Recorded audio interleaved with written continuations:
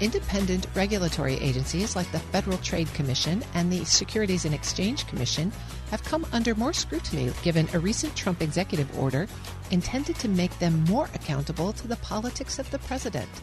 Here to discuss whether this is a new problem or a continuation of a trend is the director of the Regulatory Studies Center and professor of practice at George Washington University, Roger Nober.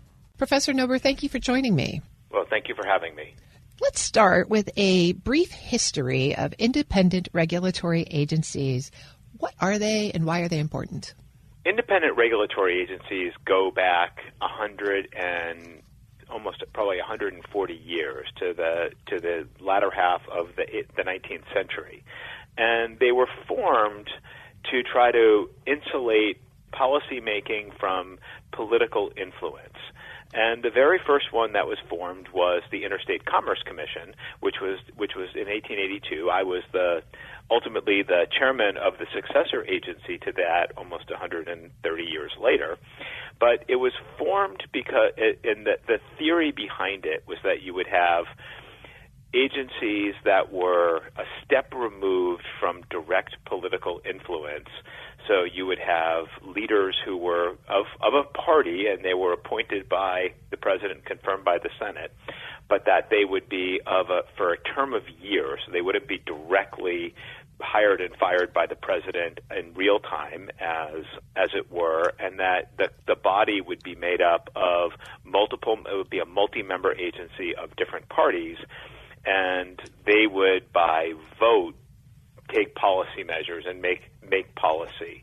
And the idea being that you would have leaders, or the board members, if you will, of expertise, and they would bring expertise and understanding and industry background or substantive background to their roles and make policy decisions that way, one step removed from the direct control, one step removed from the administration, the typical administrative agency. So one of the reasons that's important, it seems, is that many of these regulatory agencies are in the financial space, so they're regulating financial markets, and financial markets want a certain degree of stability and predictability, right? They don't want to be swinging wildly back and forth with different policy changes. Well, yes. I mean, we've seen many of the most prominent agencies have formed over the years. Many of them came up in the Depression, the Securities and Exchange Commission, the Federal Trade Commission, and the Federal Communications Commission. There was the Civil Aeronautics Board. But the financial services or financially related independent agencies and the Federal Reserve, which is a little bit of a different animal, but these agencies were put together, again, to be separated a little bit from direct political influence and to be of expertise and to try to create uniformity would be the wrong word because they obviously changed over time, but generally a more stable environment and not be subject to the wild swings back and forth. The Trump administration seems to have taken a somewhat different approach to the management of these independent agencies. Talk a little bit about what you're seeing there.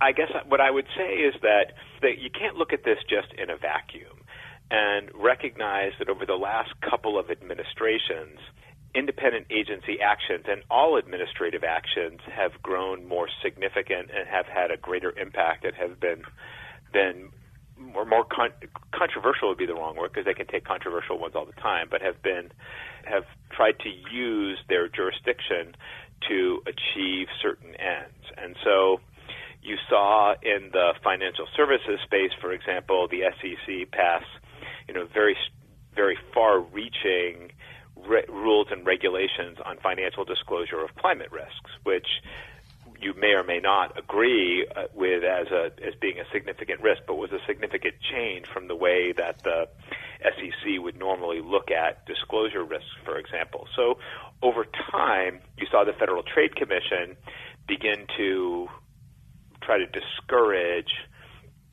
business combinations and create uncertainty for businesses. So what you saw were independent agencies using their independence to broaden the scope of what they were looking at to try to achieve policy aims, many of which were in concert with administration priorities. So I think that the current administration may have looked at, say, the Biden SEC or the Biden Federal Trade Commission and seen those agencies very closely implementing policies that administration wanted that weren't the step removed from the typical independent agency expertise area. And the Trump administration very often will build on something and take it much farther. And so I think that's what you've seen with their independent agency view, which is if agencies are going to be independent and they're still going to be coordinating with government, we're just going to do it. We're just going to do it explicitly. We're not going to do it implicitly or impliedly. I'm speaking with Professor Roger Nober. He is the director of the Regulatory Studies Center and a professor of practice at George Washington University. All right, well, let's talk specifically about Trump's Executive Order 14215. What are some of the provisions in this executive order that have caused longtime watchers of this space like you to really perk up your ears? The executive order did a number of things, some of which were very different than had been done before, some of which were accomplishing things that many administrations have wanted to do. So my colleague at the Regulatory Studies Center, Professor Dudley, who had been the head of the Office of Information and Regulatory Analysis at the Office of Management and Budget, is somebody who had been championing for many years the independent agencies' rules being subject to a WIRA review, which would include cost-benefit analysis and compliance with, various rulemaking guidelines, including Executive Order 12866, which looked at the way rules are done. And that would go back to the Clinton administration. So that is something that has been looked at in both in many administrations. But then they took a number of additional steps, including having OMB performance reviews of the chairman.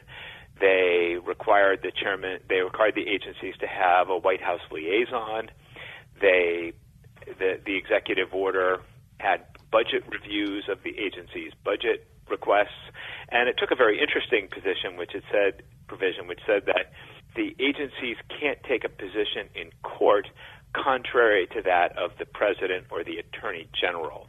And the sort of backstory to that provision is that many independent agencies have something called independent litigating authority, which is they don't have to utilize or get the approval of the Department of Justice to bring or defend a lawsuit in federal court.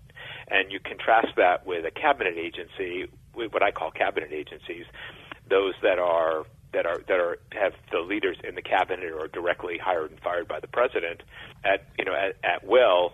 Those would typically only be able to litigate or defend cases with the approval of the Department of Justice to try to create uniformity across the government. So many of those were significant steps.